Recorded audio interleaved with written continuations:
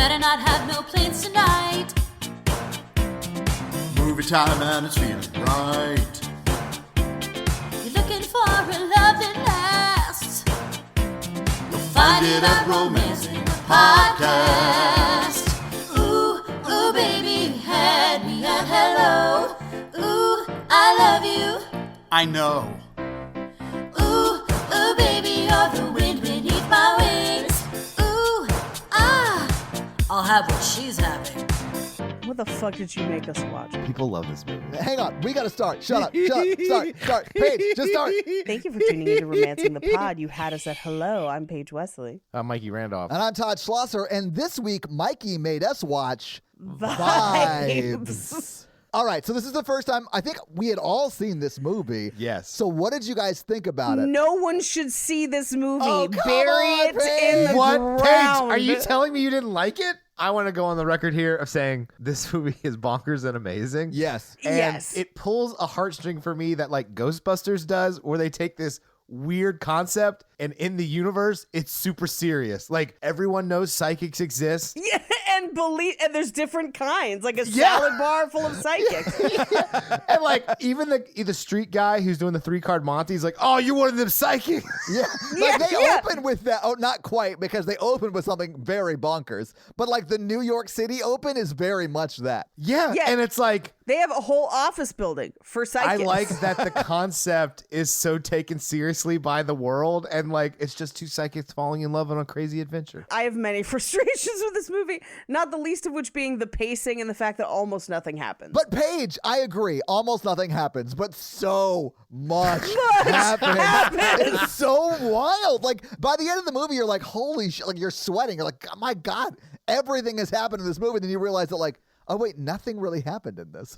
Yeah, nothing really happened. Is Jeff Goldblum and Cyndi Lauper going into the jungle with Columbo to look for a Mayan temple of gold? Yes. Yes. But Mikey, no. It's also not a Mayan temple of gold. What the fuck are they? Yeah, it's so crazy. No, also, it's not Mayan because It's Incan, we yeah. find out that they're in Peru. So, like, but okay, here's my frustration. A, this movie is paced insane. Yeah. It's terrible. There's no rhyme or reason to anything that happens in this movie. It is bonkers. Secondly, they lay out so many rules for their psychics Yep. that they might as well not be psychic. Like there's literally no benefit to being psychic in this world because it doesn't seem to, aside from towards the very end with Jeff Goldblum, it doesn't really seem to help them out. And they have so many blind spots with their psychic abilities where it's Yeah. like whenever they need to see stuff, they can, but when it's convenient for a joke or a story, they can't. It's just like real life. Yeah. You know, Yeah. where psychics are completely made up. Third, whoever costumed this film has no idea what size clothing Jeff Goldblum should be wearing. There's that one jacket where it comes up like mid-sleeve. Yes! I saw that. I was like, oh man, the costume designer did a bad job with this one. Not only do they not understand what size clothes Jeff Goldblum wears, they finally get it right an hour and 20 minutes into this movie where he's supposed to look like he has been through hell, and they finally find pants that fit him. Yeah. And a shirt that is just too tight so that you're just like, wait, is Jeff Goldblum fucking shredded? Yeah, Has he been shredded this whole He movie? does look like he is shredded, yes. And then the very next scene, they're like, you know what he needs? A bad mullet and pants that are literally all pleats. Every single pleat you could put in a pant and a sweater that is too large.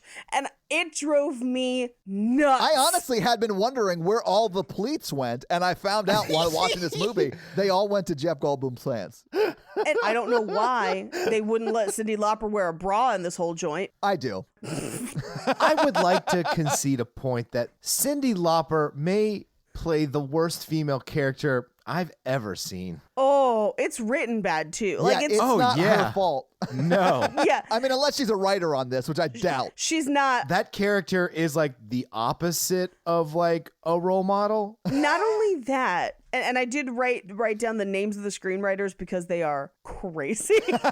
But she's not the best actress, but she's not terrible. Like clearly she's given bad material.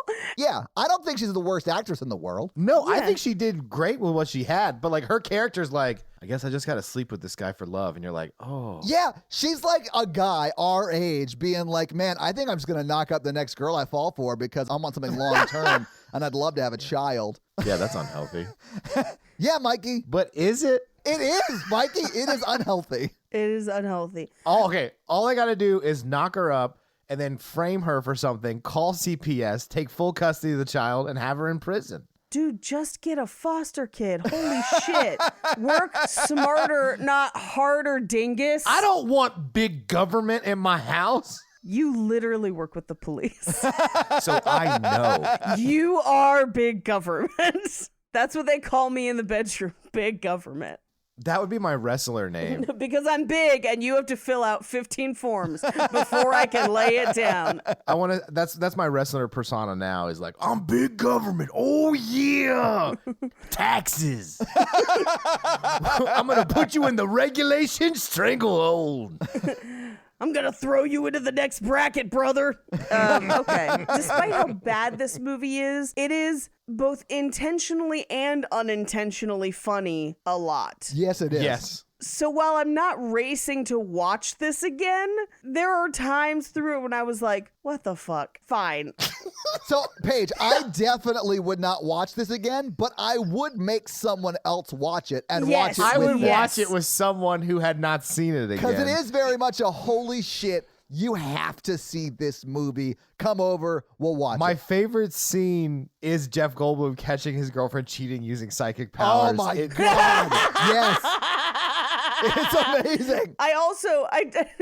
You know what? I'll save it for when we get Yeah, there. yeah, yeah. Okay. These panties were taken off by another man. My dad did my laundry. Is your dad a hockey player that scored 2 goals that night?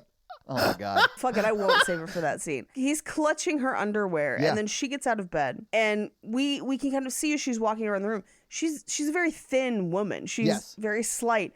The underwear he's holding, like I know how big underwear is. I have a big butt. And I know how big my underwear is. That underwear is conservatively 67 sizes too big. That's enormous underwear for a woman that small. They would not have fit Jeff Goldblum. They're so big. No. That's so funny. This movie- I was too busy in that scene. Save it, Mikey. We got to get into Table it it, in table the it, table scene. it, table it, table it, table it, table it. But, okay, so I felt like someone watched Romancing the Stone, where we get our name from, Ghostbusters, and Yeah. like Big Trouble in Little China, and we're like, oh, I could make a movie this good. And they can't. They can't. But you know what? Can they? Well, I mean, this movie is very watchable because most of the time you're like, oh my God, is this happening? This got made. Like, you're just so Yeah. blown away by the movie's audacity. And the fact that they got like Jeff Goldblum, who was a big actor at the time and still is. They got Columbo, who was a big actor at the time. And Cyndi Lauper was huge then. Yeah. This is Cyndi Lauper is huge. That's why she's billed fucking first in this movie. Yeah, it's wild. Jeff Goldblum had only done like one other movie at this point. So Really? he's not that big. This movie made him, is what you're saying. That makes sense. Yeah, because when you think of Jeff Goldblum, the movie, you think of this movie. No, you think of The Fly. Yeah, and that came or out in Ju- 86, or- I think. 85, 86. It was before this, clearly. It was before this. So he does have The Fly, but that goes on to be like a cult classic. So like Okay. at the time he's still kind of newish, and it's not until like Jurassic Park, I would say, is the one that puts him on the fucking map. Yeah. Where there's no point of return after that. But also, I can't picture him without picturing him in the league as As Ruxin's Nick dad? Kroll, as Ruxin's Yeah, dad. Nick Kroll. Yeah, yeah, yeah. And so I struggle with that when I watch him in anything now. I love Jeff Goldblum so much. When he was on Drag Race, he was so funny. He shopped at my Sur La Table and was Nice. very nice. He was very, very, very nice. He does seem like a guy who would be really nice. And I'll say this about his acting style. It is pretty unique. And he does like the average man really well. He does, and people don't let him do it enough. I think because of Jurassic Park, where he's that neurotic math guy. Yeah. But that's how he is in real life. That does not surprise me. Yeah. If you've ever tried to sell a toaster to Jeff Goldblum, because I have, and it is that. He's like, it heats the bread. Oh. oh, how novel. Oh. Yes. Anyway, this movie's fantastic. Yeah, I loved it. I think it's great. But like, not because of the content. It's like a fantastic experience. It's an okay experience. It's like going to medieval times. Like, you don't want to do it again, and like you're eating Wrong. food without silverware, but like, Here for it. I want to do medieval times. I mean, I also love medieval times, but I also love this movie, so I can't. The metaphor holds up for me. it does hold up for me as well because we need to go to medieval times when we go to LA. But it's not the food that makes you go to medieval times. It's times. the experience. Did you just sing medieval times to the tune of the theme from Aladdin? Medieval Medieval times like with medieval medieval days. More often than not, the Green Knight is hot in a lot of fun ways. No. We're ridiculous, and Mikey hates it when we sing. Maybe we should just get into the movie, though, because there's a lot to talk about, and this movie goes places, but also goes nowhere. yeah, Yeah. exactly. But if you touch this movie, you see it in your mind, and that's where it goes. Right. I actually just have like a special friend that no one else can see that tells me where the movie's gonna go. That ending shot. Oh my I God. swear to God. Wait, we have to talk about it. Yeah, table it though. Table it. It made me fucking angry. I Okay. hated it so. Okay, we gotta move it. We'll get there. Let's start the movie though. Holy shit. We open on credits over pan flute music. It was the 80s. It made sense. It was the 80s. They're trying to keep the guinea pigs away. It's fine. Don't worry about it. Now, the credits are an adventure in this movie because you are just seeing kind of the background of where we're going to be for most of the movie. But the names, because there's one and it just comes up like on its own. So they must be one of the actors in the film. It's just Googie Gress. GOOGYGRESS. Yeah. Googie Gress. And I was like, no one else thinks that's strange. I had to look that up. Did you? Yeah. Who is it? Because I have not had time to look it up. Okay. Well, I had to look it up because it was so insane. Like, how does that happen? He was Ingo. He was like the Swedish villain guy. Oh, really? Yeah. Okay. Oh, he was in a lot of kind of bonkers 80s movies. He was. Yeah, he acted a lot and still does act. He's still acting. I can't believe you can't get down with the Googie Grass. Googie Grass. So he looked to me like the guy who plays Francis in Pee-wee's Big Adventure. I don't think he is, though. But that is what he resembled. And for most of this movie, I was like, is this Francis? But he's not.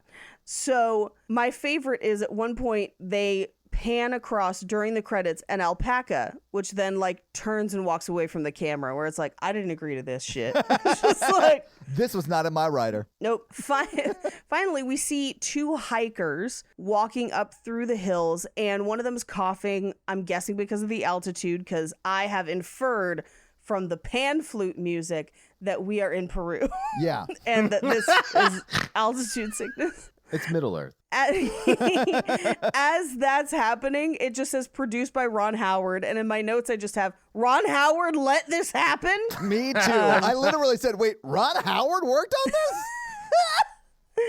As the two hikers continue up the mountain, they're like, we're going to die up here. And they squeeze through one of the rocks behind. They have like a guide leading them up the mountain. And so they're kind of following him. And then we get the screenplay credit. Screenplay by Lowell Gans, Lowell Gans, Ganz. Yeah. Not that weird of a name, but they have a co-writer, and their co-writer's name is Babaloo Mandel. That's actually Howie Mandel's writing name. He goes by Babaloo. Really? No! Paige! Oh. Why would you go by Babaloo? Because literally that is a better explanation than any other one I can come up with for going by Babaloo. Like that's... It is clearly an adopted name or a nickname. I can't fathom that would be someone's given name, even though I know Frank Zappa exists. Like, So I just looked it up, Paige. okay. He has penned numerous high-profile films like Splash, City Slickers, and A League of Their Own. What the fuck? And his first name is actually Mark, but he goes by Babalu. See, the those are all 80s. good movies. What happened here? Cocaine. Cocaine happened here. Cocaine. Everyone. Yeah, cocaine happened here. When they're listing his best credits, you'll notice that Vibes was not listed. Absolutely not. Wow. Yeah. Just go by Mark. Yeah. White people suck.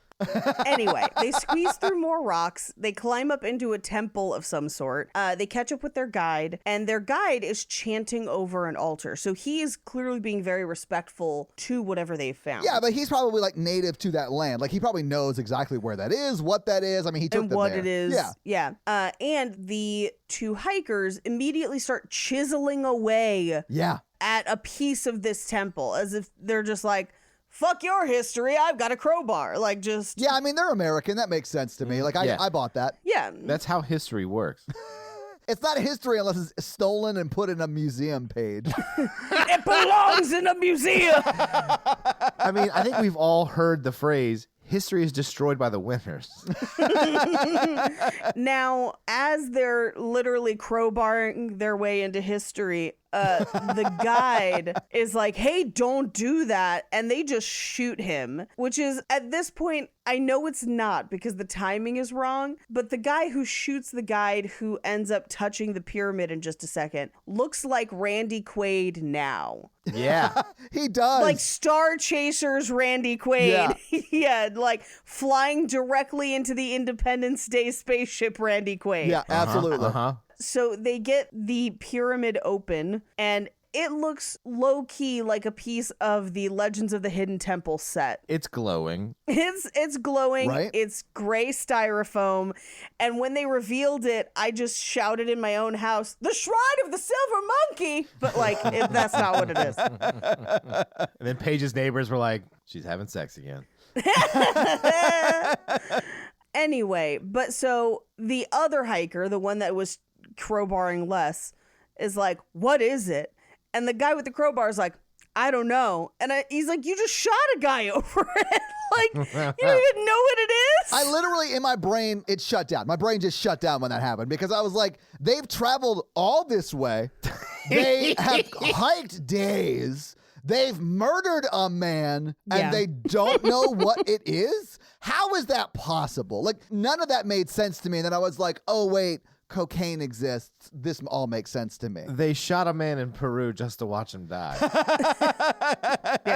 One of those boys was named Sue. There you go. So the first hiker, the one who doesn't know what it is but shot a guy over it, puts his hands on this like glowing pyramid, chants in a foreign language, and then he just fucking like the other guy tries to like pull him off of it. It throws him across the room. And then the guy touching the pyramid just fucking evaporates. He is just like, no more. He is gone. He's gone forever. Uh-huh. And this is a romantic comedy. And now we dissolve into New York. Oh, Babalu.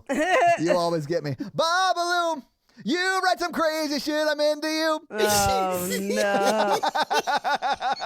All this is missing is Harrison Ford tied to a post being like, close your eyes! Yes, absolutely. Don't look at it! Actually, that was put out in front of every theater when Vibes was in the theater. We'll talk about how it did. Don't look at it, Marion! Yeah. I can't believe this concept wouldn't work for mass appeal. It should. They should have been able to predict that. They don't have actual predictions. They can only find out when their girlfriend's been cheating on them. It's almost like psychics aren't real, Paige. Oh, God. Even this movie doesn't seem to think. No, that does, because one of the psychics is employed by a television agency that predicts which ones. But also, everyone later in this movie, multiple people are on this expedition, and each one of them has a fucking pet psychic. And I'm like, did none of you think to get a map? No. Like, you paid for flights, hotel rooms, all bullshit for things that are ostensibly on a fucking map. Yeah. And they don't know what they're doing there. Yeah, no one knows what's there. Yeah. I think they were sent there by the doctor, and this is headcanon, Okay. to discover what he had researched, the source of all psychic energy on the planet. Oh, and he told them it was gold so that they would go. Yeah. Does he not refer to the Room of Gold later when we meet him? He doesn't. Harry does. He knows Okay. it's psychic. Okay, that makes sense then. I actually like that headcanon then. That's pretty good. All right. Yeah, that makes sense. But yes, then we dissolve to New York City. We dissolve to a classic New York scene of a monkey dressed to play baseball. Honestly, if that was going on my street, I'd pitch to that monkey. Like, I would see if it could hit those balls. Like, that to me would be awesome. I would pay that $1. Yeah, Yes, I would. I want to see that monkey hit a ball and it go through like a expensive car's windshield. Like, that's what I want. There's no way that doesn't happen on the daily. Like, Yeah, there's no way you would just have a monkey out. I know it's the 80s, but damn. I mean, you usually get arrested if your monkey's just out. You know what I'm Yeah. saying? 80s New York is not modern New York. Wait, are you saying that because the Twin Towers were still there, you bastard? Never forget, Never Mikey. forget. Never forget. I'll always remember you, Robert Patterson. It's Pattinson. It is Pattinson for like the 50th time. I love how he can remember the movie, but not remember how to say his name. It was an inside job. Pierce Brosnan knew about it all along. Oh, my You know he did. God. You're welcome, Mom. Just saying it for you. Oh, that's right, because she actually thought that. Yeah, that was my mother's theory about Remember Me, was that Pierce Brosnan knew and like sent him there for spite. Oh, I like that reading, but it's super dark. So, she's like, I just think he knew about it. Mom, how could he know? I don't know. Anyway, so there's a baseball monkey and a guy playing 3-card Monty, which Yes. 3-card Monty is typically an unwinnable game for the most part. Unless you're psychic. Yeah. Unless you're psychic, because a guy walks past and immediately like hustles the hustler. Yeah. Well, and then the hustler's like, what are you, one of those psychics? Get the fuck out of here, psychic! This thing that really exists in this universe? I love it. Me too. This game's for normal people, is what he says. Yeah. Well, and I think the reason he says that is because directly across from his 3-card Monty table, which honestly, location. Yeah, absolutely. It's kind of on him. You shouldn't set up a 3-card Monty table in front of the Department of Paranormal Studies. You think, I mean, he is definitely losing more money than he's making. Yeah. And we go inside. Now, you hear some chatter around because we get like a montage of people using their psychic gifts. But some of my favorite things that people say are like, where's your degree from? University of Oklahoma? It's like as if you could get a degree in being psychic from Well- just a regular liberal arts college. But he was just one of the scientists that was studying the psychics. yeah. He wasn't a psychic himself. It was the psychic asking the scientist where he got his degree from. Right, but that would mean he would have a degree in paranormal studies. I mean, Because yeah. this takes place in the Ghostbusters universe. Basically.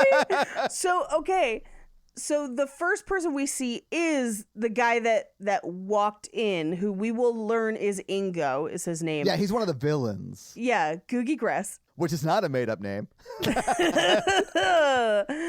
And he is identifying flashcards. So it's like circle, star, wavy lines. Yeah, circle, circle, dot, dot. Yeah, he got it. Yeah, cootie shot. We then cut to a guy trying to move an ashtray, and he's trying really hard, and they're like, don't worry about it. Maybe you can't do it. But he then manages to move it. And they're like, oh my God, you did it. And he's like, I also peed my pants. Yeah, he's a terrible psychic. I mean, how did he not see It's that like- bathroom necessity comment? Like, he should have been like, hey, I gotta pee. I know when I need to pee. I like the idea that you have telekinesis, but every time you use it, you just piss yourself. It's definitely a monkey's paw type scenario, right, Paige? The X-Men would be so different. All of them wearing diapers. Psychic energy is stored in the balls.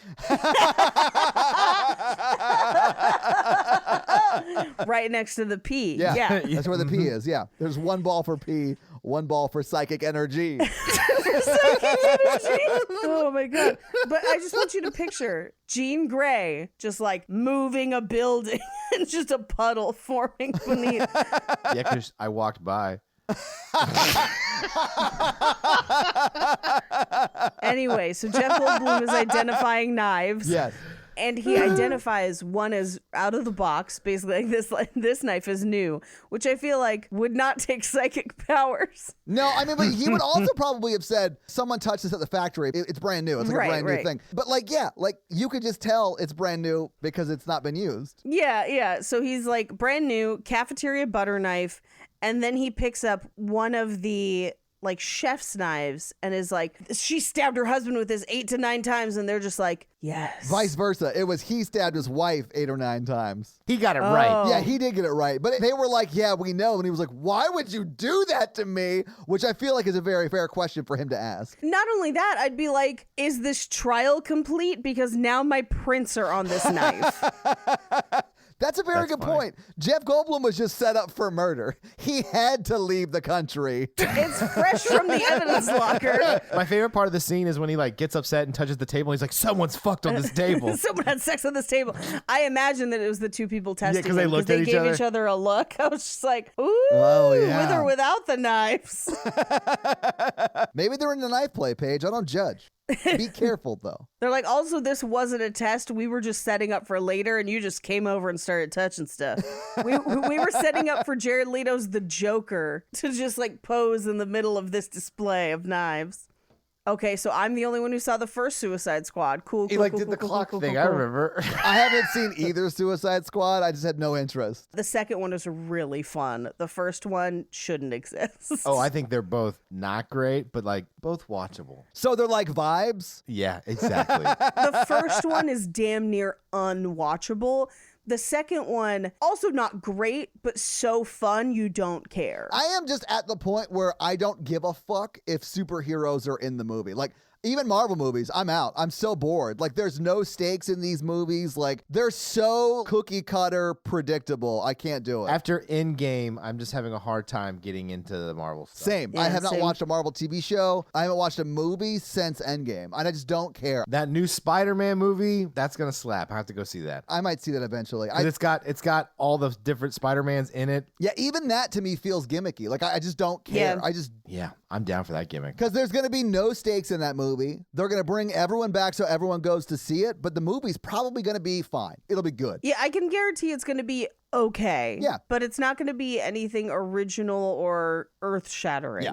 And I'm not saying you shouldn't like these movies. I'm just saying I'm sort of bored with them. Yeah, we cut to the cafeteria at the paranormal, like the Department of Paranormal Research. It's a big building. I love it. This movie also posits a world where not only is it this big giant building, but that building is just full of psychics of all different kinds, and no one thinks that's weird. They're just like, oh, you're here for this too. Like, oh. It's very normal in this universe, yeah. And they're literally Yeah. like, well, what kind of psychic are you? Like, there's so many psychics that they've put them into categories. I mean, Right. Jeff Goldblum even says, I forget what he calls himself, but like, it's a title. Like, he has a name for the type of psychic he is. Don't psych shame. I'm not psych shaming. Psychometry. Yeah, is what he psychometry. does. Thank you. Anyway, so this is also where we meet Cyndi Lauper's character, Miss Pickle, which I'm like, really? Like, because it's spelled pickle, but Yeah. she's Pickle. And her skill is automatic drawing, which has long been debunked. Wait, does she ever automatic draw? She does not. Oh, I guess she does. No, she does at the very beginning, right? Because that's the elephant test with her. Right. But they never used that again. They never use it oh, again. wow. I forgot about it. They use her spirit guide the rest of the movie. Yeah. That's Yeah. her real power. Yeah, That's exactly. her real power is Lorraine, her spirit, or Louise, her spirit guide. Right, and then someone else becomes her spirit guide. God, I hated that so much. I loved it. And then Jeff Goldblum's head. Oh. You guys couldn't see that, but Mikey did the Jeff Goldblum face from the end, and it was amazing. So we cut to them in the cafeteria. They're all discussing their gifts. And Cyndi Lauper is talking to Louise, who's not there. Just like out in the open, just like, no, you tell him. I don't want to, like having a full conversation. Right. And as they're all talking, the doctor in charge of the study that they're applying for walks up to basically greet everyone, thank them for participating in the study. And then Ingo, who's the first guy we saw with the flashcards, is like, hey, wouldn't you want to concentrate on the most talented psychics? And he's like, well, if it was that, it would be Nick and Sylvia. Because Ingo is clearly thinking that he is the best. Yes. He's pretty overconfident. Yeah, but he's a white male. That runs deep with us. Yeah. 100%. So the doctor's like, no, it's going to be all of you, even though Nick and Sylvia were the best. Yeah. But have a great day, and kind of walks away. And as he walks away, Sylvia, who is Cyndi Lauper, chases after him. Oh, yeah. He's like, we should sleep together. Yeah. She says, "Move in with me." Yeah. Oh, that's right. Yeah. And then he's like, what? And she starts laughing it off like it was a joke, but it was clearly not a joke. It was not a joke. I have so much sympathy for Louise, the spirit that haunts her. Oh, because yeah. I feel like in this podcast we made a lot of jokes about like how annoyed the ghost would be that haunted me, and I feel like Louise is like a real movie telling of what that would be like. Yeah. I'm just like, you're doing the wrong thing. Like, this relationship is obviously a disaster. Like, don't talk to this person. Clean up your house. Like, get it all together. Do your dishes. Yeah. But honestly, it's like either she only takes Louise's advice when it's not about men, or Louise just doesn't tell her what's up. Because Louise would have known the whole time. Yeah. No, she does. I know with Steve Buscemi, she does. But everyone else, not really. Well, I mean, in a room full of psychics, he is like the main villain, I'd say, in the movie. The Yeah. doctor is, and no one knows it except for maybe Ingo, who we find out who is working with the doctor. Right. But like every other psychic should know. Yes, and Louise should know. And that's kind of part of my frustration with the movie. Louise should know. Jeff Goldblum can't know because he hasn't touched an object that they've planned their stuff around. He shakes that guy's hand. I know, you shake their hand, you touch their shoulder, you're touching their clothes. They would know. Like, psychics aren't real, but I mean, like, you would know. Yeah, this movie sets it up that they know so much and so little at the same time. Where the fact that they can still be double-crossed is ridiculous. I also think the fact that like Cyndi Lauper is played as like a poor, like lower class woman, but a psychic is crazy to me. Like if you're a legit psychic, I mean, we see someone use her to make thousands of dollars. Why would she not do that? Yeah, play the fucking stock market. Like exactly, Paige, she could take $10 and turn that Yeah. into $10 million in like a week. Yeah. There's no reason she should be like low class and poor. In everything she does not do things for herself very well in every department. Okay, therapist. Yes, I mean, absolutely, you're right. I just don't get think it. she loves herself enough to be rich. I'm not paying you $120 for Cyndi Lauper's character. I'm not doing But it. also, have we considered her Aquanet budget? Her hair was insane. It defies gravity, Todd. I literally said, I can't tell if someone did her hair or if she just woke up. In every scene. Yeah, every scene looks that way. Every single scene, it looks like either someone spent a concerted amount of time to make her hair look that bad, or she just woke up. And there's Yeah. no way to tell the difference between the two. There's no way. But if you look at like Madonna from this time period too, same. Like she Yeah. looks very pop fashion for that time. Right. The 80s were a very like coke-filled fever dream. Which explains why she's like, move in with me. I've got a great business idea. It's called being a fucking psychic. I can make as much money as we need. Why is everyone at the table not like getting into Bentleys that are chauffeured by people? Like every one of them should be so rich. Yeah. Especially the one who's like, I work for a TV station telling them what's gonna like work and what's not gonna work. You should be a gazillionaire. Oh yeah. Do you know how much like networks would pay for that? There are networks that pay for that now and they pay a lot for it. And those people are not great at those jobs. She is someone Yeah. who would be like foolproof, would definitely know 100% success ratio. She'd be running the network. She would Yeah. have millions of dollars. Yes. I could see Jeff Goldblum needing a job because you can't really, I mean, I guess you could sort of like charge for your service. But he also doesn't like his powers or like and likes using them. That's true. He's missing the clear job that is exactly what he should be doing, and that is Antiques Roadshow. Because like Oh my God, yes.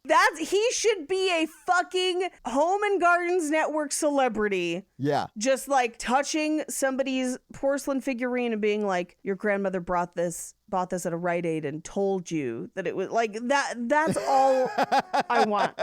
You can still see the sticker. Yeah. I'm amazed you did not know that. It says $3.99. I'm not psychic. You're just dumb. Like, I do feel like every psychic should be legally required to say that at the end of their session.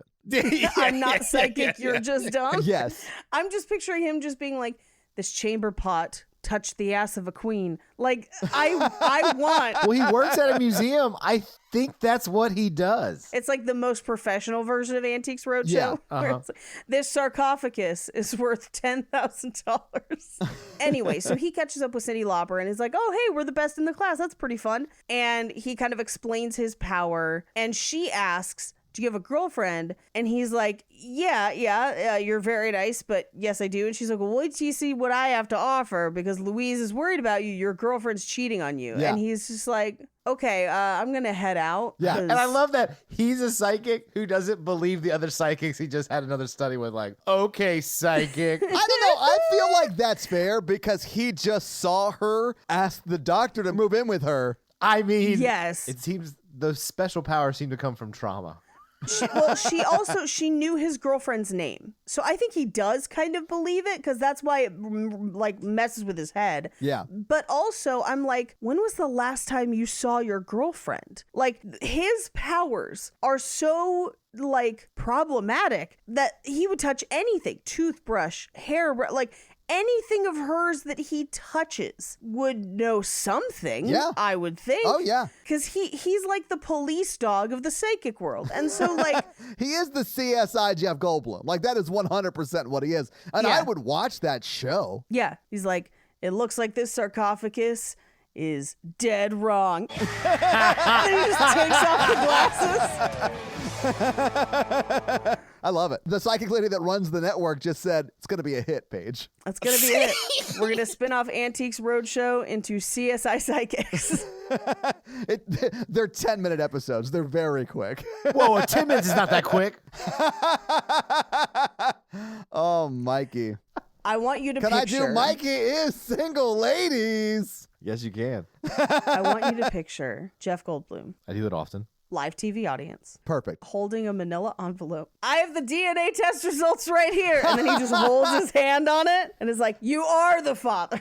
Yeah. Let me one up your joke. He just has a pregnant woman. Touches the belly. He doesn't even need the test, Paige. He's just like, oh, yeah, I can definitely see when this happened. You were there and he was there and it was doggy style. Nailed it. Anyway, so we cut to them outside and we reveal that the Department of Paranormal Studies is part of NYU in this movie. Yeah. Just like Ghostbusters. Yeah. So Oh, wow, yeah. Sylvia kisses the doctor before he gets in his taxi. Jeff Goldblum gets in a taxi. And as they do that, they see that somebody has been photographing them and is basically seeing who they're using in the study. Yeah, they're like, is there a 70s detective taking photos of us from across the street through a telephoto lens? Yeah, Yeah. there is. And I don't know why none of us could sense that and go out a different entrance. Why would you have to ask that question? You would know. Which Ingo does point out where he's like, why is there a photographer? And he's like, you're psychic, figure it out. Yeah. Although I don't think Jeff Goldblum could unless he was holding the camera, but Ingo probably could. I don't really quite know what Ingo's power is. I think he can read other people's minds. Okay, so he definitely would be able to see that. Oh yeah, but you're right, Paige, because when he gets the card thing wrong, he's like, your mind's a jumbled mess. So he is reading minds. Yeah, which makes no sense for his powers at the end of this movie. No, it does not. You mean when he had just a gun? When he has a gun and like a decoder ring. Yeah. Yeah, and a machete. We'll get there. Let's go through the romance stuff now. Yeah, sure. So we get to the museum where Jeff Goldblum is at work and is clearly not on his game and is thinking about what Cyndi Lauper has said about his girlfriend. As he's working, we find out that the owner of the museum has been defrauding the investors and he wants Jeff Goldblum's character, Nick, who, by the way, his name is Nick Deasy. And I was like Deasy Nuts. Like, it's, yeah, it's a weird name. He wants Nick to, like, hold people's keys and tell them stuff about them. He wants them to do basically party tricks to make people happy. Yeah, I wouldn't like that either. Yeah, of course. We cut to a horse racing track where Steve Buscemi and Cyndi Lauper are on a date, and it's clear that he is her ex. and she's going to use her psychic powers to help him win some money, courtesy of Louise. I did love young Steve Buscemi in this. I was like, yeah, Yes. Steve Buscemi's in this movie. It's going to be great. I love him. He's great in every scene. This is his only scene. Yeah, this is his only scene. He steals it because she does help him win money, and then as they're leaving, we reveal that he had a different date there the whole time. Yeah. Who is hotter than Cyndi Lauper. Yeah. Where you're just like, I know Steve Buscemi's a nice guy in real life, but damn. Like, That is cold. Yeah. woo! Yeah. Oh, you mean like you think he's batting outside of his ability right there with those two ladies? I am of the belief that no one has a limit to their batting abilities. I'm just saying he's good at the game, Yeah. baby. Not me. I'm that monkey dressed up on the street. And I'm the guy who's like, you want to throw a pitch at Mikey? If you can strike him out, I'll give you $3. Monkey is single. Ladies! I like the jokes where Mikey doesn't laugh. He's just like, oh, you fucker. Hey, to be fair, I did say monkey is single. Oh, And, that makes and it funnier. double and triple because it's baseball. Anyway, we cut to Jeff Goldblum's apartment where he is basically getting into bed with his girlfriend Hillary. And the dialogue here is so strange, where he's basically about to ask her if she has been cheating on him, but instead what he says is, have you been taking care of yourself? Yeah, I thought that was a weird way to bring up, are you cheating on me? Like, what I thought he was asking is, have you been masturbating? Yeah, that is what it sounds like he's asking. And then he retrieves her giant underpants. Which is funny because he just reaches down where, like, in between her legs, but, like, clearly he does not take anything off of her. Because that would be like, Right. she'd have to, like, move her legs up, and, like, none of that ever happens. Right. Or they're so big you can like maneuver it all with one hand. She just has them wrapped around her like a towel. I never would have made it past censors at this time, but I desperately wanted him to start fingering her, and that's how he found out. Oh, that would have been amazing. Wait a second. I wanted him to touch her and then be like, another hand's been here. Yeah. or like 9 inches, girthy. Imagine how terrible that would be if you're like having sex with your girlfriend and you're just like getting the visions of all the time she's had sex with other dudes. Dude, You guys don't do that now? That's the only way Mikey can finish. that's why I make this face sometimes. Never make a weird face during sex. It'll throw people off. You only make weird faces during sex. What are you talking about? Oh, my vinegar strokes are terrible. Oh, Jeff Goldblum's vinegar strokes. If I had a boyfriend who could tell who could be psychic with whatever he touches, I would never cheat on him because you'd never get away with it. Or just in general, Paige, you'd never cheat on him. Yeah, in general, yeah. don't cheat Yeah, on just people. don't cheat on Hey, people. Jake, Yeah, the yeah, only yeah. reason Paige doesn't cheat is because you're not a I mean, like, yeah, don't cheat on people in general, but extra don't cheat on a psychic. It's one of my rules. Don't fuck with the fae. Fuck everything that floats. Don't cheat on a psychic.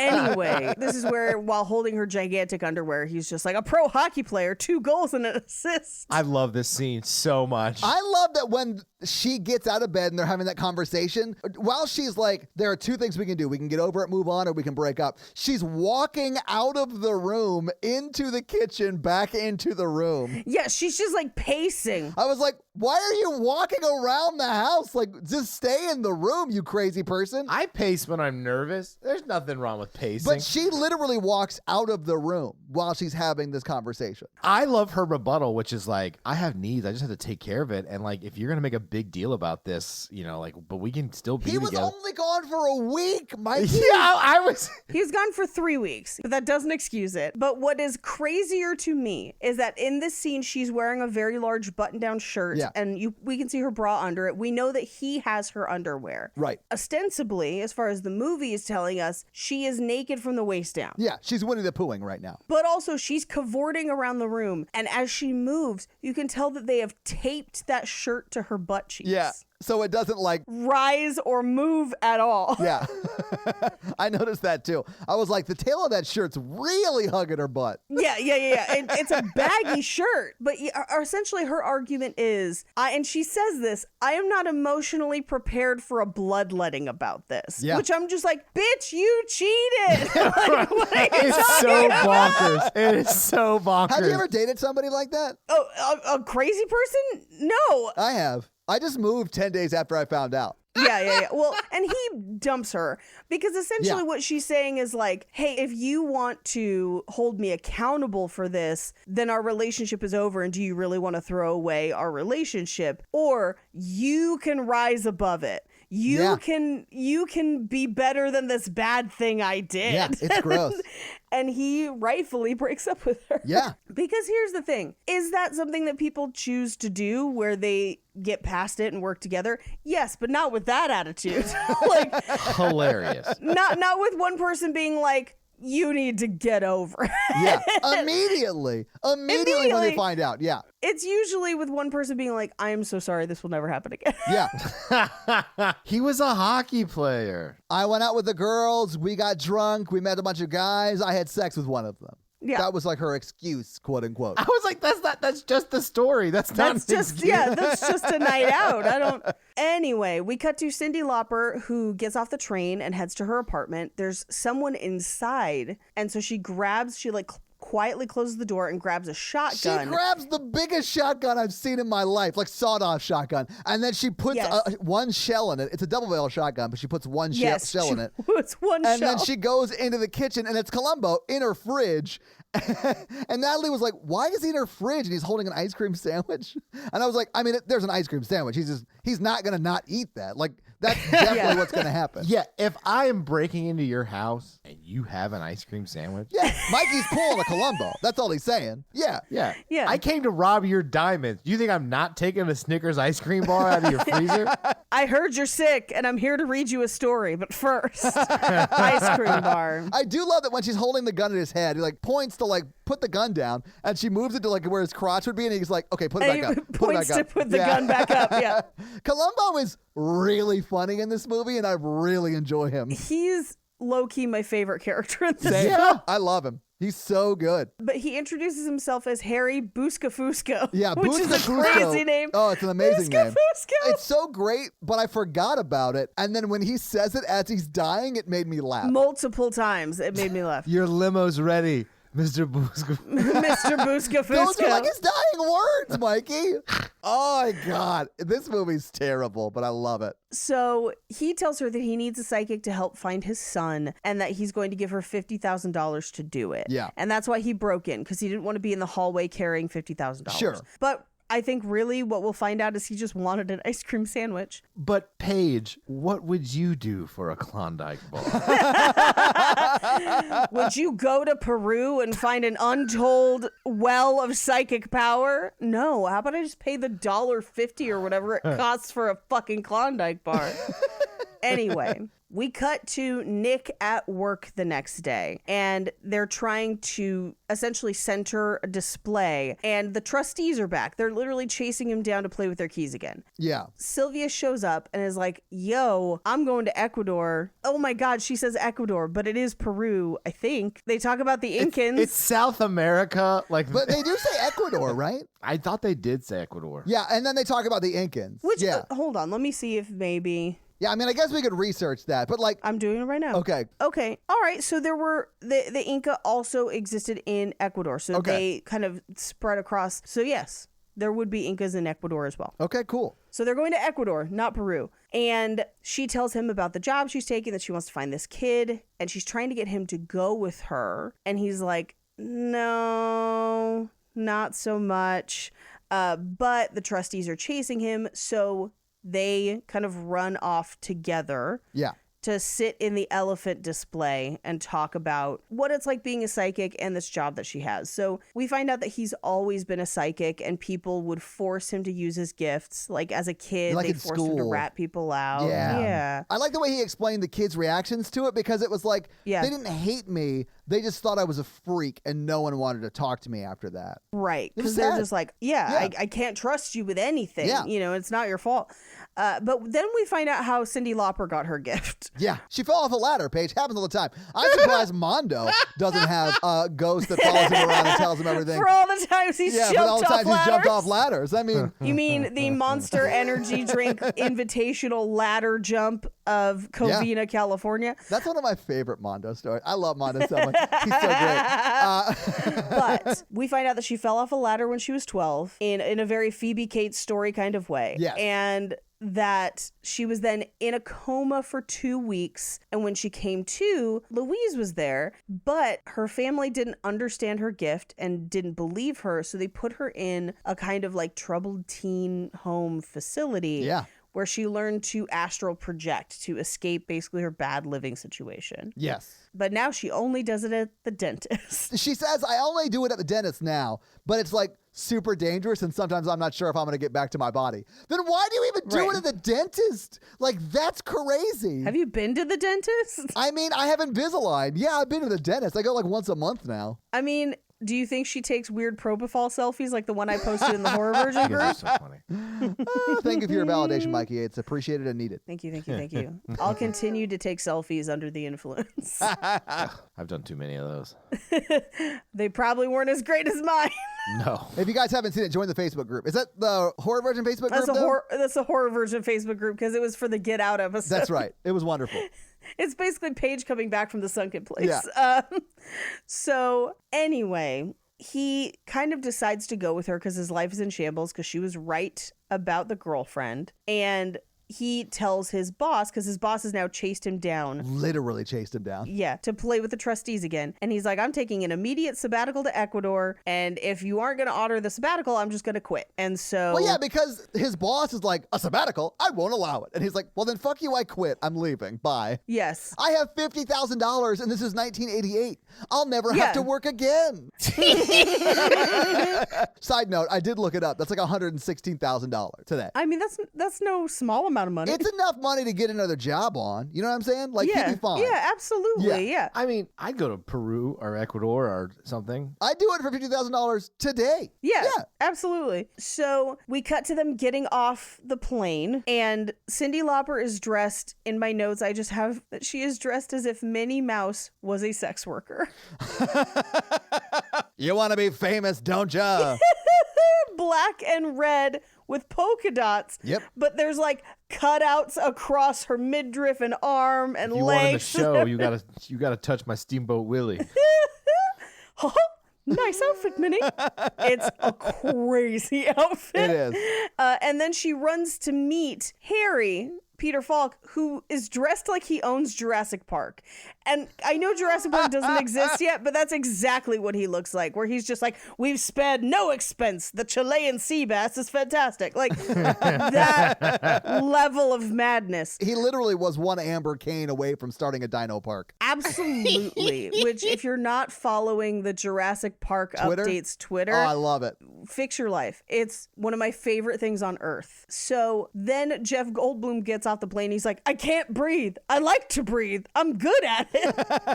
And he's like, yeah, it's because we're so high in elevation. It's like if you like, I don't know, have you guys ever been to Denver? Like it is a higher elevation and it's harder to get a deep breath. Like I understand that, but everyone else seems to be fine, but it's probably because Jeff Goldblum is a solid 2 feet taller than everyone else.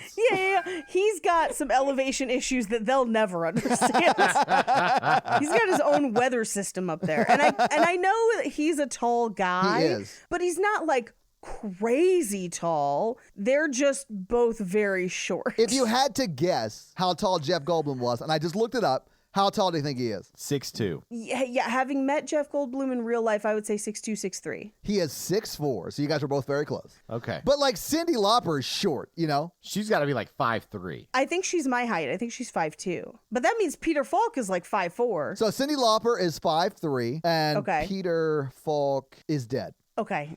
So 6 feet. Yeah, so you he mean. yeah, he's negative 6 feet. Yeah. No, he was 5'6". So yeah, he is almost a good foot taller than everybody else. Oh, man. Yeah. So they get to the hotel, and Sylvia barges into Jeff Goldblum's room to be like, which dress should I wear? And he's like, do you have any that come up higher than mid-bosom? And I'm just like, quit being a square. Yeah. What are you talking about? Shut up, Jeff. Let her wear what she wants to wear. Yeah, enjoy the show. And that's more or less what she says. She's like, I want to put the goods on display. Yeah, if Macy's wants to sell something, they put it in the front window, Yep. is what she says. She also says that he sounds like he's a nerd that says words like penis. I thought that was the sickest of burns.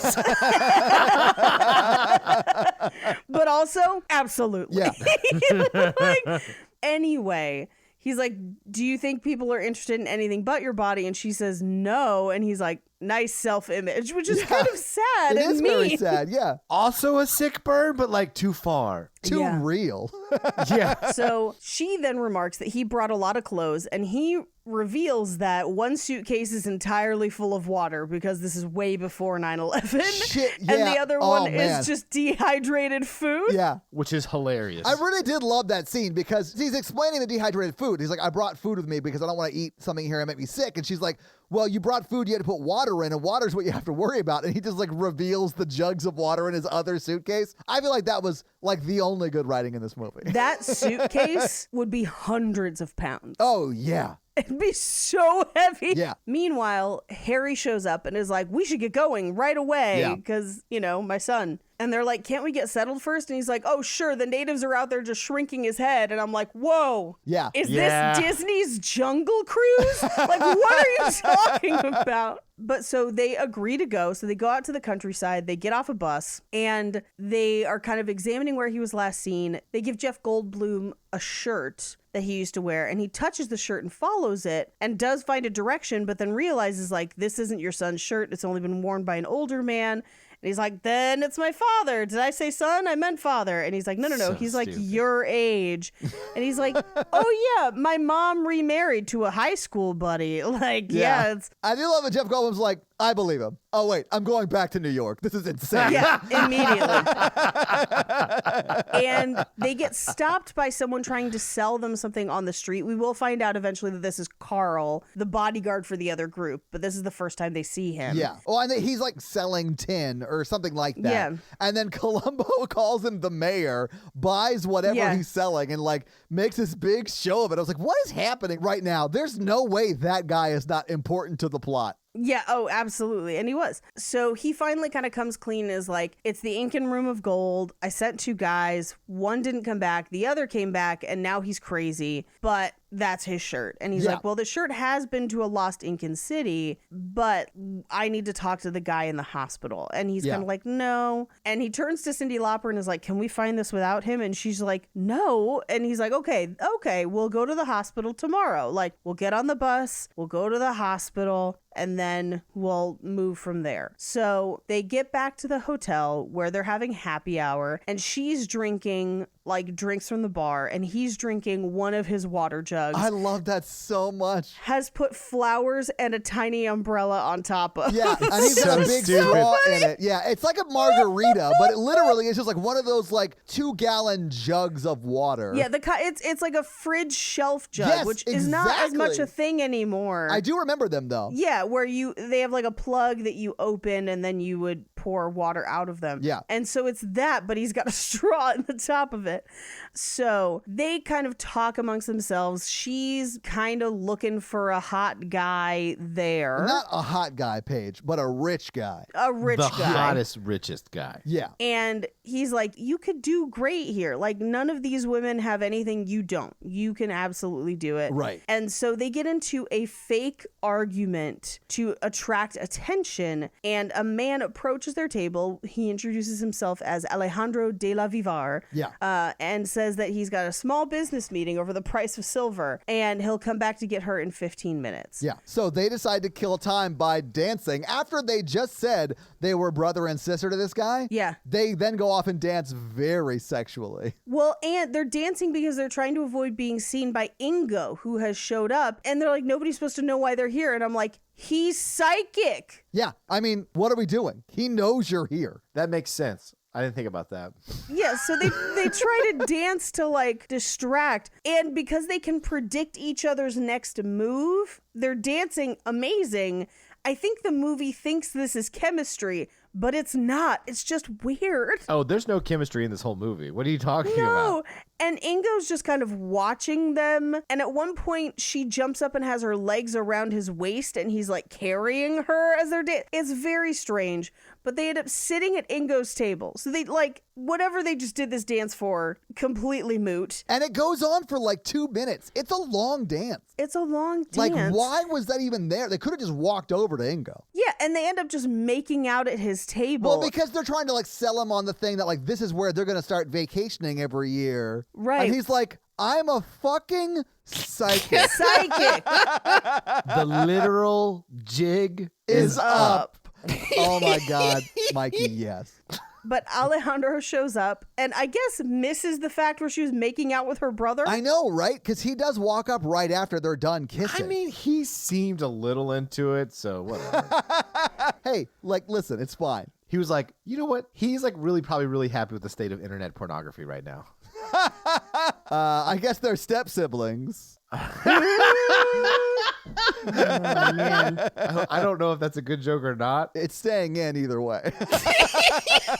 So she leaves, and then Jeff Goldblum spots a woman across the bar. Her name is Consuelo, and it is the actress. Yeah, I looked it up during the movie because I was like, I recognize her voice. Yeah, she's been in a ton of stuff. She has been in a ton of stuff. Yeah, it's Elizabeth Pena. Yeah. I would say I remember her most from Rush Hour. That's what I remember her most from, yes. Yeah, but she's been in tons. And still is acting, I believe. Yeah, she has like a very, very, very bit part in this movie, but is probably almost as recognizable as everyone else in this movie. Yeah, she probably wasn't very famous now. And I wouldn't say she's like a household name now, but she is like a legit working actress. But man, I love this because she like convinces Jeff Goldblum to take her back to his room. Right. Then tries to kill him with a knife and like cuts his shoulder. But like as she's going to attack him, goes through a curtain, through the door to the balcony, off the balcony, dead. Like By accident. It's ama- hilarious. Yeah, she does it to herself. It's amazing. I literally was like,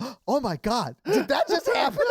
Yes, yeah. Well, it's very like burn after reading. It's a very Coen Brothers death. But part of the reason that he finds out is because she hands him like it's an aphrodisiac. It tells him it's rhino horn. Yeah. And he touches it and is like, this is PCP. And I'm like, again, wasted gifts. Why isn't Jeff Goldblum at the airport just running his hands over suitcases? Like Unbreakable, like Bruce Willis. Yeah. So she runs away. She falls off the balcony. She dies. He goes to find Sylvia because he assumes the same is going to happen to her. Yeah. So he finds the room service card that just came from their room and uses it to find out where her room is or where his room is. And he barges inside just as Alejandro's putting a necklace on her and knocks him out, thinking that he's trying to like strangle her. Yeah. But we find out that's not the case. It's a necklace, although holding the necklace, he says, oh, it's glass. So like it was a fake diamond necklace anyway. But Alejandro comes to and he's like, what happened? And she's like, oh, you asked me to marry you. And he's like, no, I think your brother just tried to knock me unconscious. And as they're having this argument, his assistant runs in and is like, ambassador, what's going on? And it turns out that Alejandro is the Spanish ambassador to Ecuador. I do love that Jeff Goldblum was like, did I attack the Spanish ambassador to Ecuador? And he's like, yeah, you did. Yeah. So they get kicked out of the room. He basically tells her, like, I thought you were going to get attacked too. I couldn't let that happen to you. Right. They run into Harry, Peter Falk, who's just like, I can't figure out how to say cookies in Spanish. I know milk is leche. And you're just like, what is your life, man?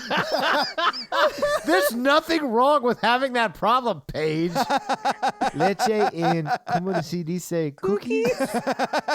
So he takes them to the balcony. Her body is gone. And I love the theories of what happened. Because Harry's theory is maybe she bounced. Women are soft. Women are soft. Yeah, I was like, what is happening? And then Cyndi Lauper's explanation is like maybe a gang took the body is a better explanation. And I think that is what happened. Yeah, absolutely. The gang being like the doctor and the other people in on that. Yeah. And so they decide that they're going to sneak out of the hotel that night and go straight into the mountains. But before they do, Peter Falk says, why let one crazy woman with a knife ruin your whole experience? Just like dating. Yeah. So they first go to the hospital because they're not going to go to the mountains just yet. They're going to go to the hospital and see what they can find from the one guy who came back. So they get there. The nurse won't let them see him, but Louise kind of guides them to him because he's giving off a huge psychic energy. Right. Harry clearly doesn't want them to talk to this guy, but also he's catatonic. And so, like, he's not doing a lot of talking to begin with. But Louise kind of talks to him, or at least persuades him to talk. So he tells Harry that, like, they found it. It's deep in the mountains. The other guy's dead. Yeah. I want pudding. Why don't they ever bring me pudding? And he's not making a lot of sense. And Cyndi Lauper's like, it's like his mind is leaking away. Yeah. And then he says, Harry, I once slept with your wife. And then Harry's like, Estelle or Vivian? And he's like, both. His response to that is amazing because then he says, well, you're one up on me, which means he was married to one of them but never had sex with them.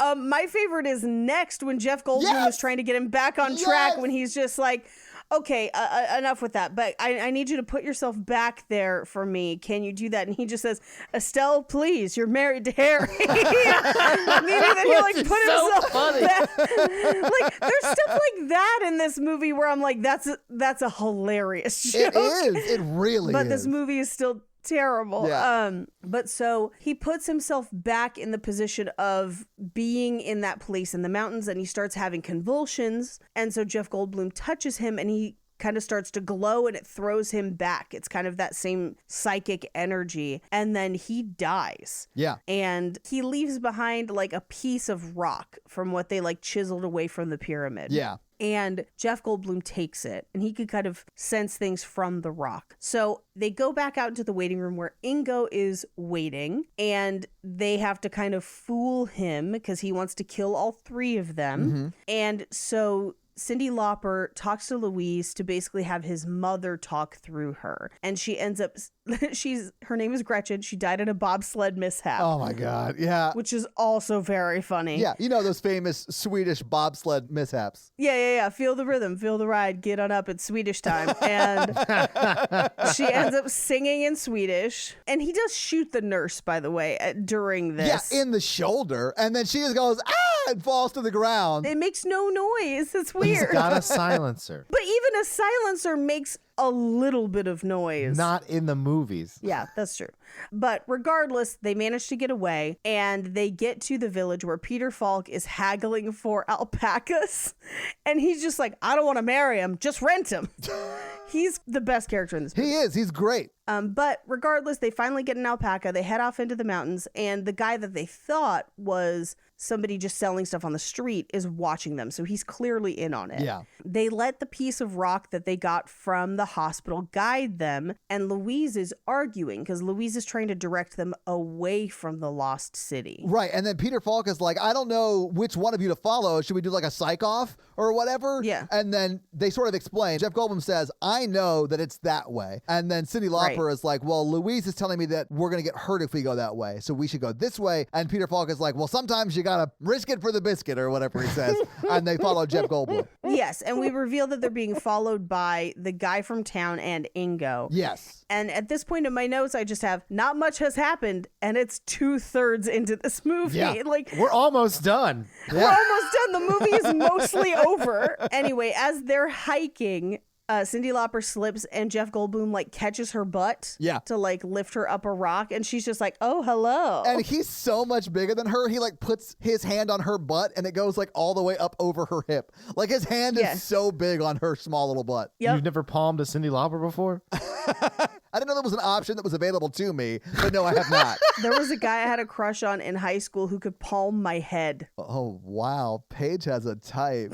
We know this. We have established this. I've never asked my husband to palm my head, but I bet he could. I bet I know what he's doing tonight. Paige sent us a picture of Jake from the back, and I almost fainted. He was just walking around to Michael's Arts and Crafts because he needed fake plants for a staging thing for work. Yeah, it was super hot. His shirt was hitting just right. Yeah, it was. And he like turned around as I was taking that. I was like, no, turn back around. And he was like, what are you doing? And I was like, I'm taking a picture of your shoulders because I like them. He was like, okay. I mean, that's how I would react, but no one takes pictures of my shoulders. You got weights. Use them. I mean, I do. You need shoulder implants? You should just start wearing your shirts with the hangers still in them. Just like, Wear football pads underneath one of your layers. I'm going to bring back shoulder pads, guys. I'm doing it. Shoulder pads, football men's shoulder suits. pads. I'm bringing it back. 80s shoulder pads. I'm going to look like Jeff Goldblum in this movie. Yeah, Jeff Goldblum got that shoulders. I want you to look like a Mad Max villain, but wearing like a leather jacket. Oh, that like Over football pads? yeah. Anyway, so we cut to they're camping for the night. They've got 3 different tents. Oh, you mean on the sound stage where they shot this?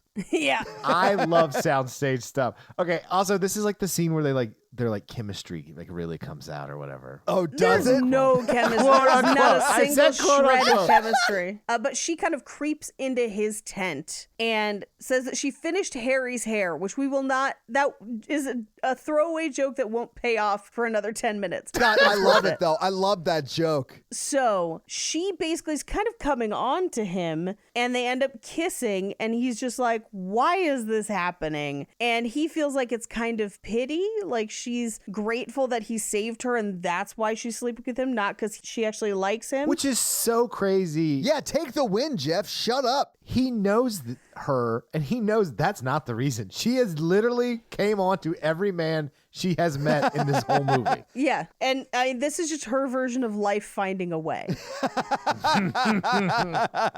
And Jeff was like, hold on to your butt. But you know what he did do is he touched her, he palmed her vagina, was like, I found the G-spot. It does exist. This has been in a warehouse in Jersey.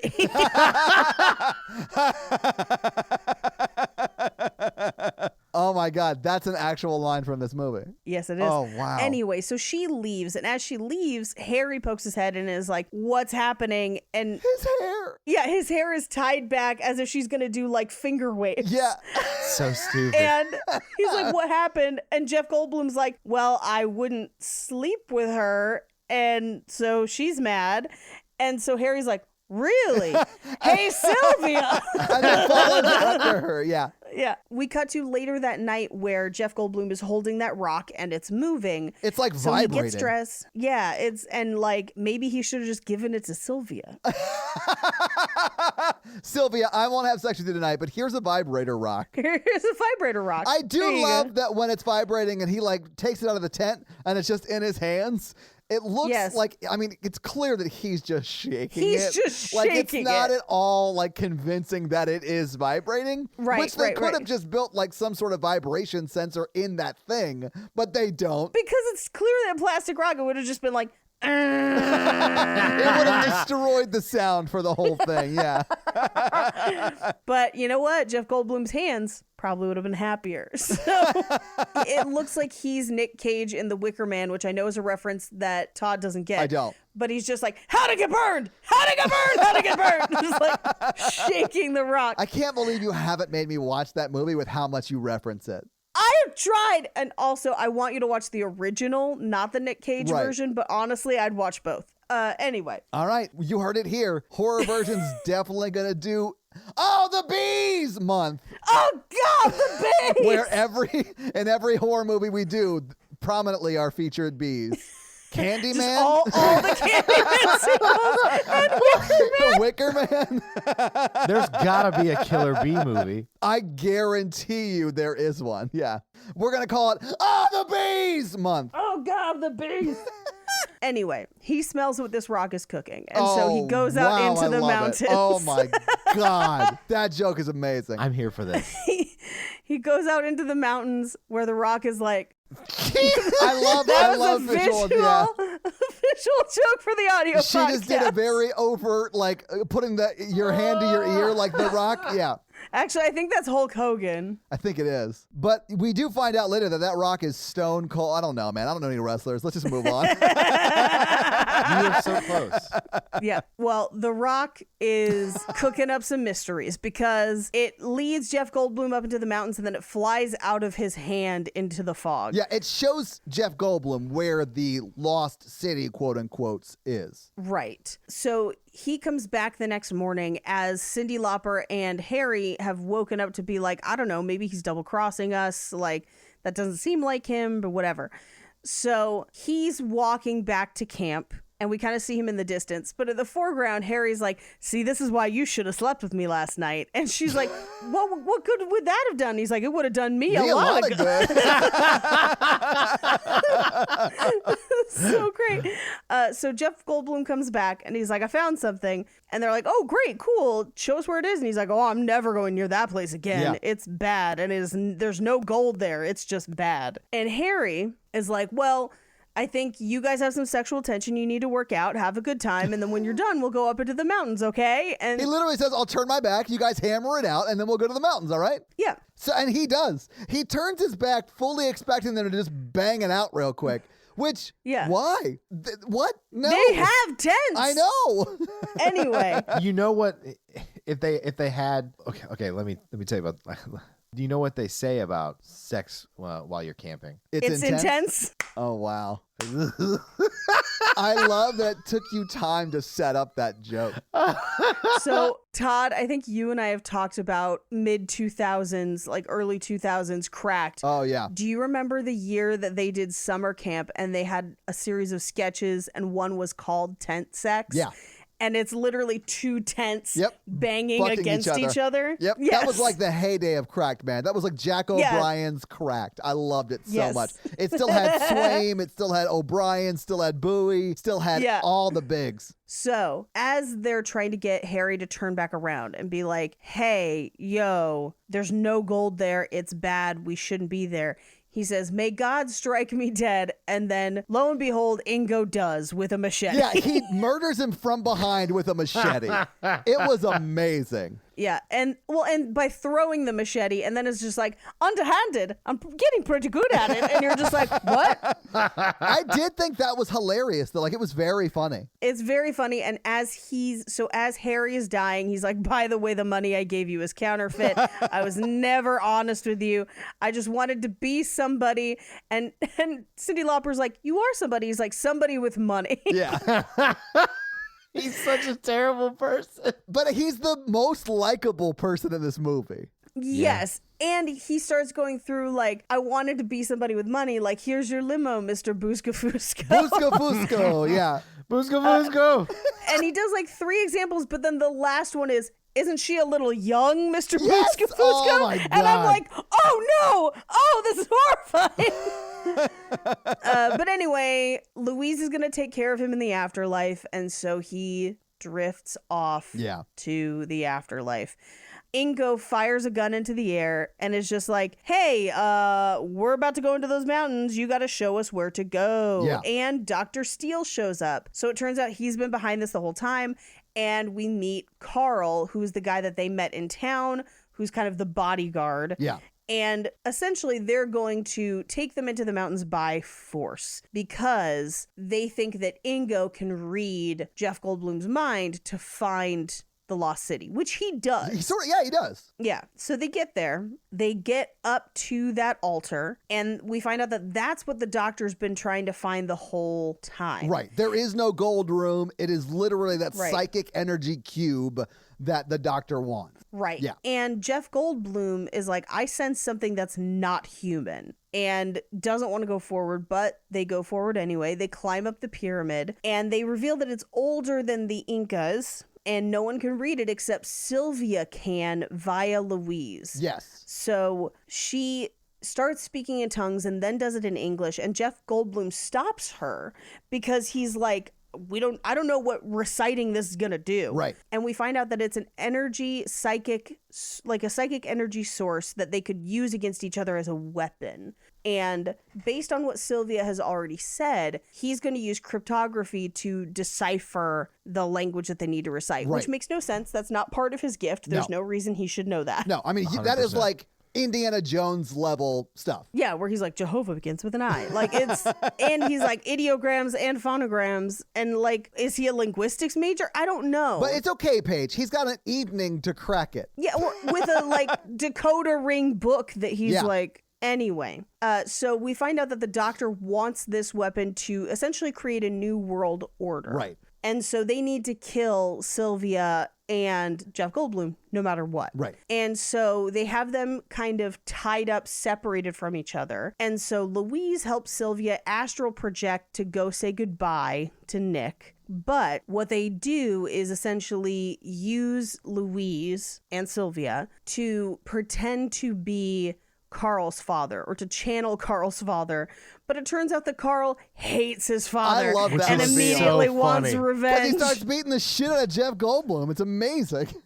Yep, it is amazing. So they end up fighting. Jeff Goldblum ends up punching him and ends up stealing his AK and gets him to, he basically takes it to hold up the Doctor and Ingo, gets them to drop the machete and the gun. It's actually an M4 assault rifle, just a heads up. But yeah, Cool. Yeah. Thank you. I don't know. Me know no guns. AKs are Russian. M4s are the US version of an AK, more or less. Got Yeah, it. in the Okay. video games, if you're on the quote unquote good guy side, you're using an M4. If you're on the bad guy side, you're using an AK. Right. So he gets Sylvia back into her body by kissing her, which seems out of character, but fine. Not even on the lips. It's like on the chin or something, like, or on the forehead Yes. or something. It's like next to her lips. It's like cheek adjacent. Yeah. Yeah. It's like weird. friend zone kiss back to life. Right. So he gets her up. They're going to leave, but first she has to kick the Doctor in the balls. That was like the 80s version of feminism, though, which is like Yeah. laughable. Like, oh man, this movie is so bad to her character the whole movie. I just felt like the movie was like shaking their hands, like, yes, we did it. We had Yeah. an empowered female character in this movie, and it's Oh, not God. at all. You know it's true, too. I know. It's so like just silly and sad at the same time. My favorite is right next when they're like, hey, nerd, you don't know how to use a machine gun? Are you sure you can figure it out? And then Jeff Goldblum's like, oh yeah, no, I did it in high school. I was captain of the machine gun team. Which is a joke that's funny in the 80s. It's not really that funny after all the school shootings we've had since Columbine. But Right. Yeah. Absolutely. But then he like shoots it in the air and he's like, yeah, they're pretty easy. Yeah. The only way to protect a school from a bad machine gun is a good machine gun team. Oh, is wow. is a psychic with a machine gun. All of these are bad takes. I can tell you're going to shoot at me, so I shot first. Oh, that is very Minority Report, and I'm here for that. Ooh, that's not a movie that fits in any of our podcasts, but I have not watched it in a long time and would gladly watch it again. I would revisit it. Hell yeah. So he lets Cyndi Lauper escape, and as she runs away, we hear a gunshot, which made me think that they had shot Jeff Goldblum, but I don't think they did. I don't think they did shoot either, at yeah. him. Yeah, but we hear a gunshot. So she runs back and basically comes up behind them and has her hands over the pyramid and is like, I'll touch it if you don't let him go. And she ends up touching it. She chants in a foreign language. She vaporizes Ingo. He's just like gone. Yeah. Yeah. Most of the temple kind of breaks and falls. And so the Doctor kind of like runs away, but gets crushed by this giant like statue head. That death was insane to me because he clearly could have just gone away, but he was like, oh no, I can't go anywhere. But he totally could have gone anywhere else. Also, the statue like turns to look at him Yeah. and then falls. Like it's like, I got you, motherfucker. And then Carl just falls. We never see him again. Yeah. Jeff Goldblum falls, but then climbs back up. Yeah. And is able to essentially yell out to Louise to help Sylvia. Yes. That kind of blows her back off the pyramid. He climbs over to her body and she's alive. And he's like, what happened? And she describes that it was a whole room of gold and it was incredible warmth and calm. And that Louise went into the light and now she's gone. Yeah. Maybe whenever you touch that cube or that pyramid, like it requires a sacrifice. And that's why it killed the guy before. But Louise decided to sacrifice herself so that Cyndi Lauper's character could live on, which, That makes sense. but that's crazy. I love But how yeah. our headcanon is way better than the plot of the movie. So we cut to the next day where they're walking back into town Yeah. because they've made it back. And this is where he looks jacked. Dude, I was like, I'm sorry. Is Jeff Goldblum fucking Arnold Schwarzenegger from the neck down? What He the is. fuck is happening in this movie? Because he's like dirty and sweaty, but he is shredded. Yeah, he's a thick boy right here. And I was like, goddamn, Holy Jeff shit. is working it. I was like, why was he not in shirts 2 sizes too small this entire movie? We could have been taking like secret phone photos from behind. Now I'm going to have to leave in the Jake story. I assumed you were. Oh, Paige, I leave in every Jake story. That's He's Paige's my husband. husband. Todd, yeah. I don't want to have sex with him. I just admire his build. And I hope to one day have a build like that. The logic is not checking out with that one. I'm not saying I wouldn't. I'm just saying that that's not necessarily my goal. It's not priority numero uno. Priority number 1, get those shoulders. Yeah. Priority number 2, get those shoulders. shoulders. Anyway, so they get back to the hotel, but they check in and they're on different sides of the hotel. So they end up in different rooms. We cut to the next day where he comes to see her as she was eating like her room service breakfast, and he's going to leave that night. And she decides that she's going to stay because she likes it there. Yeah. And she's, kind of mourning Louise a little bit, but she's ready to be on her own. And he picks up a glass on her table and is like, the person who held this glass. And he just kind of like says what he thinks she's thinking. Yeah. He does his feelings thing. Yeah. Yeah. And she's like, I never touched that glass. So the waiter is in love with you, apparently. And he's like, I'm going to have to go run to the hall and let him down easy or something like that. Yeah. But she does say, I did touch this cup, and hands him the cup that she was touching. And he touches it and kisses her, and then Yeah. picks her up and carries her to the bed, but knocks her head on the headboard. And she's like, oh no, there's someone here. Not Louise, it's Harry. And then they spike the lens, look like straight Yeah. into the camera, like, oh no, like, wah, wah. Credits. Credits. That's And That's that's the movie. movie. I do want to point out that the song that I'm sure Cyndi Lauper sings during the credits has a very problematic hook to it. Oh, really? Oh yeah, it's all about her heart is so sad it digs a hole to China or something like that. But whenever she sings the China line, it plays the din din din din din din din din. I was like, oh my Oh, god, man. the 80s were a wild time. Anyway, so what did you guys think of Vibes? perfect film. I feel like that expression page says it all. It's the best movie about psychics falling in love I've ever seen. Yeah, that's fair. I agree with that. Very, very low bar. Yeah. I loved it though. I mean, I love that I've seen it once. I don't want to watch it again unless I'm forcing someone else to watch it so I can watch them watch it. Yeah, Yes. I feel like I would only watch this again to force other people to watch it. Yeah. Or just that end part to see Thickums Jeff Goldblum. But Jeff Goldblum. it's not a good movie. No. Like it is. No, yeah, I would only use this to torture people. Same. And it would be very, very fun. But Paige, do you have some fun facts for us? Yeah, I do. Well, hit us with your fun facts. Vibey, Goldblum, fun facts. Goldblum, thick facts. You guys did not vibe on that one. Yeah. So, if you thought that there was no chemistry in this film, you're probably right, because Cyndi Lauper has stated that she and Jeff Goldblum did not get along. But also, the role of Nick Deasy was actually originally cast with Dan Aykroyd. Really? Yes, and he Wow, okay. met Cyndi Lauper and decided he did not want to work with her and dropped out. Wow, But okay. Columbia Pictures insisted on keeping Cyndi Lauper, and she is, again, first billed in this movie. Yeah, no, she is. Now, the role of Nick was actually also written for a very short man, so there were a number of jokes about, I like my men taller, you're not my type, I like big, strong men. And when Jeff Goldblum was cast, they had to rewrite to add in the, stretcheroo jokes. Yeah, that makes sense. Yeah. We kind of touched on this earlier, but the log line for this movie when it was pitched was romancing the Ghostbusters in the Temple of Doom. No shit. No okay. way. Okay. Yeah. So when it was in like pitched to networks. That's what it was pitched as. Wow. All right. Yeah. Now, during an interview on the set of the movie, Cyndi Lauper was actually asked if the costumes were similar to her actual wardrobe. And she just says, I'd never wear clothes like this. It's too subdued. What? I 100% thought they just like had her wear whatever she wanted to wear. Absolutely. Wow. Okay. Now, this is not the only time Cyndi Lauper has played a psychic. So in 2009, she played a character called Avalon Harmonia on the series Bones. Oh, that makes TV's sense. Bones. Yeah. Who is a no-nonsense / reliable psychic who would help them and the FBI solve cases and help them with their personal lives. Oh, wow. Okay. I have not watched a lot of network television in the last 10 years, and Me neither. I know why. Yeah. In an interview about this movie, when asked why she did this movie, she said, I wanted to do a movie for a long time, but I didn't want to do a, quote, typical airhead version of what Hollywood thinks a woman is. What? And I didn't want to do an ultra serious film either. And I'm like, this is the typical airhead know. version of what Hollywood thinks a movie is. I mean, I could see like a Venn diagram of those two stereotypes and trying to find a movie that's like in the middle of that.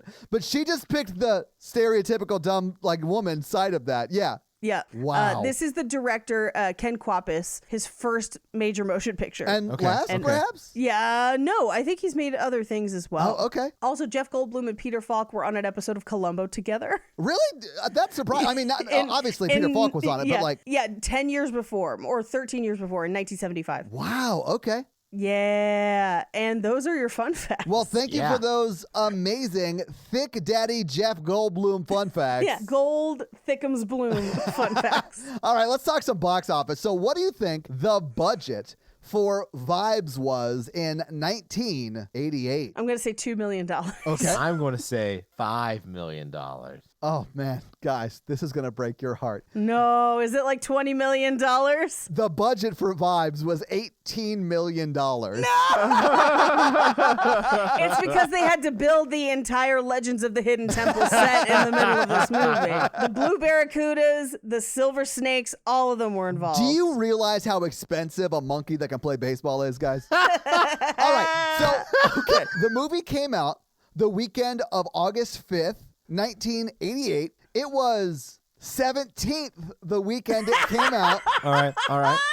It was beat by, and I'm just going to do the top 5 because you're going to know all of them. Cocktail was number 1. Yeah. Okay. Who Framed Roger Rabbit was number 2. Yes. Die Hard was number 3. Coming to Oh, America yes. was number 4. And A Fish Yes. Called Wanda was number 5. That's like the worst week for this movie to come out. Yeah, also in the theaters was Midnight Run, Big, The Blob, Bull Durham, Bambi was a re-release. Crocodile Dundee was in theaters. Anyway, Holy shit. The 80s fucking rocked, man. Like, I know. it did. I know. So Vibes obviously was number 17 that weekend, and it was the only week it was in theaters. and they put $18 million into it. Yeah. So here's the deal. I love this so much. Sometimes I mention theater count because sometimes when something's like low in the like Right. numbers, it's because it's in not many theaters. It's in like 30 theaters or whatever. Like the Blair Witch Project was a good example of that. This movie was in 1,003 theaters and it was still 17th. And Cocktail, the number 1 movie that weekend, was in 1,400 theaters. So it wasn't like there was like 3,000 theaters like there are today. There was like 1,500 theaters nationwide, and it was in most of them, and it was still 17th. Anyway, what do you think it made in its opening, well, in its full domestic box office run, because it was only there The for 1 week? 1 week, yeah. $800,000. Okay. Way less than that. I'm going to say $400,000. All right, so I'm going to caveat this. Its opening weekend, it made $916,000. Okay. And then made a little bit more money the rest of that week. So that it was in the theaters for a full week, but the opening weekend was $916,000. The total domestic haul for this $18 million movie was $1.8 million.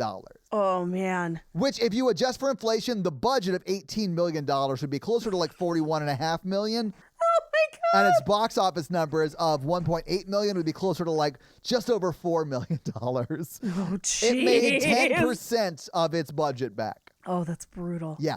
This Oh my bombed God. super hard. But that's your box office. So, Mikey, do you think they're still together? 100%. Oh, absolutely. I think Jeff Goldblum, Columbo, and Cyndi Lauper are all still together. 100%. I think Columbo keeps it spicy in the bedroom, and like they never get bored. Yeah, they're never not doing threesomes, Mikey. I think they're together until he gets really into chaos theory and leaves to go on a special assignment to a dinosaur theme park. Well, there it is. There it is. There it is. So, Mikey, this week you made us watch Vibes, but Paige, what are you making us watch next week? So we've been doing Romancing the Pod for a little over a year at this Yes, point. we And so I have. went back and looked at, what types of movies were we doing this time last year? Okay. And there's one that stuck out to me, and I think it fits because I think the tone of the show has grown with us. Yeah. It's gotten a little harsher, maybe a little darker. Let's say 50 Shades Darker.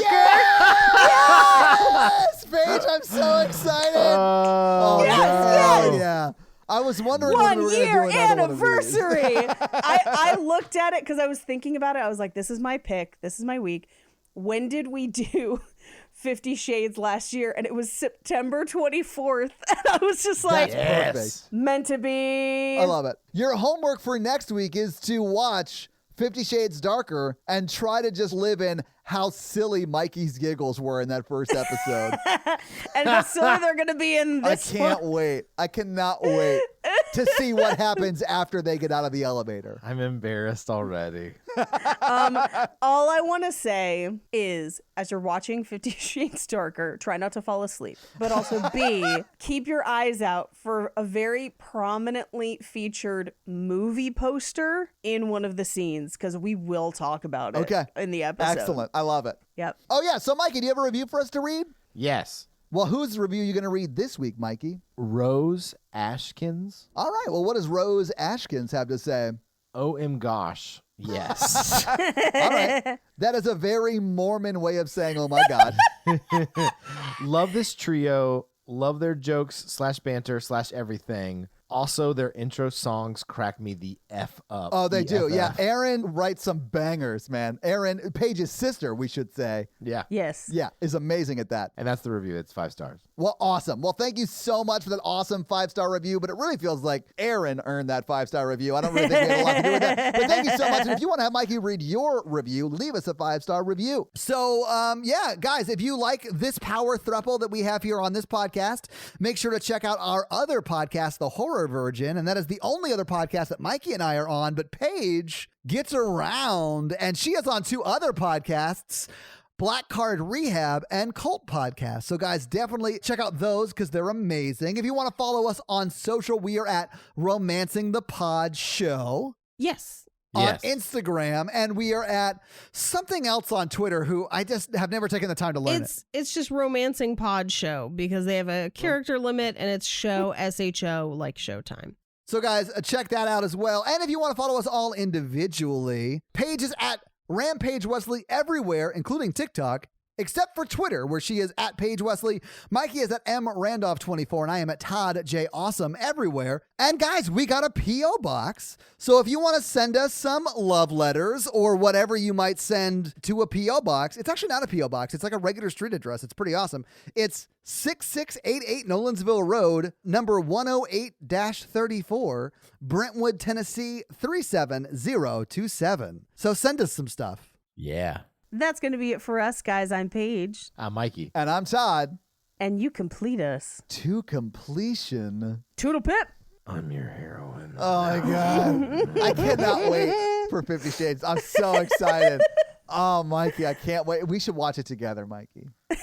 I don't want to watch that with you. I'm going to try to get a woman. No. That's Probably worse. But it's going to Yeah. be a good story for the podcast. Get a woman. And that's Immediately hire an escort. Like, make sure you get somebody. I don't care who it is. now I just live my life for what would be a good story on the podcast. Wait, Mikey, bad pitch. Invite your mom over for it. Nope. great pitch. She's not seen the first one. It just wouldn't make sense. Oh, that's the reason not to do that. also everything else. Bye, BDSM nerds. la la la la la la la la.